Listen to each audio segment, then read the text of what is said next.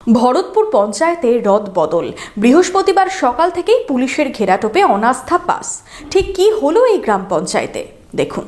আপনার আনন্দে আমাদের উদযাপন, বিয়ে হোক বা পার্টি, বহরমপুরে এবার luxury banquet hall at golden retreat. জেলায় একমাত্র পিলারলেস ব্যাংকোয়েট, আছে স্পা, সালন, ক্লাব মেম্বারশিপের সুযোগও। বহরমপুর শিল্প তালুকে গোল্ডেন রিট্রিট। গ্রাম পঞ্চায়েতের উন্নয়নে বাধার সৃষ্টি করেছিলেন 4 জন সঞ্চালক। এই অভিযোগে দায়িত্ব থেকে সরিয়ে দেওয়া হলো সঞ্চালকদেরই। তৃণমূলের গোষ্ঠী কোন্দলে ভরতপুর গ্রাম পঞ্চায়েতে হলো রদবদল। বৃহস্পতিবার ভরতপুর গ্রাম পঞ্চায়েতে আনা হয় অনাস্থা। কি বললেন ভরতপুর 1 নম্বর ব্লক তৃণমূল কংগ্রেস সভাপতি? যাতে পঞ্চায়েতের কাজের গতি আসে সেটা আমরা চেষ্টা করব, কারণ অনেক টাকা এই পঞ্চায়েত থেকে খরচ করতে না পারার জন্য সে টাকা ফেরত গেছে। সেটা আমাদের এলাকারই উন্নয়ন হতো, তো সেই বাধা সৃষ্টি যেহেতু তারা করতো সঞ্চালকরা, সেই জন্য তাদেরকে সরিয়ে দেয়।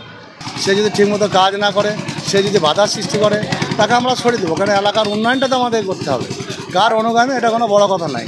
যদিও এদিন অনুপস্থিত ছিলেন অভিযুক্ত 4 সঞ্চালক, কেন তারা এলেন না পঞ্চায়েতে, পাল্টা কি অভিযোগ? এই চিঠিটা আমাদেরকে 8 দিনের মাথায় করা হয়েছে। এটা মিনিমাম 14 দিন ছুটি ছাড়া বাদে করা নিয়ম। কিভাবে জানলেন নিয়মটা?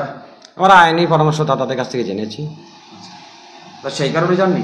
সেই কারণে যাইনি। আর তাছাড়া আমাদের একজন সঞ্চালক, তিনি ব্যাঙ্গালোরে ভর্তি হয়ে আছেন। সঞ্চালক? শিল্প পরিকাঠামো। কি নাম?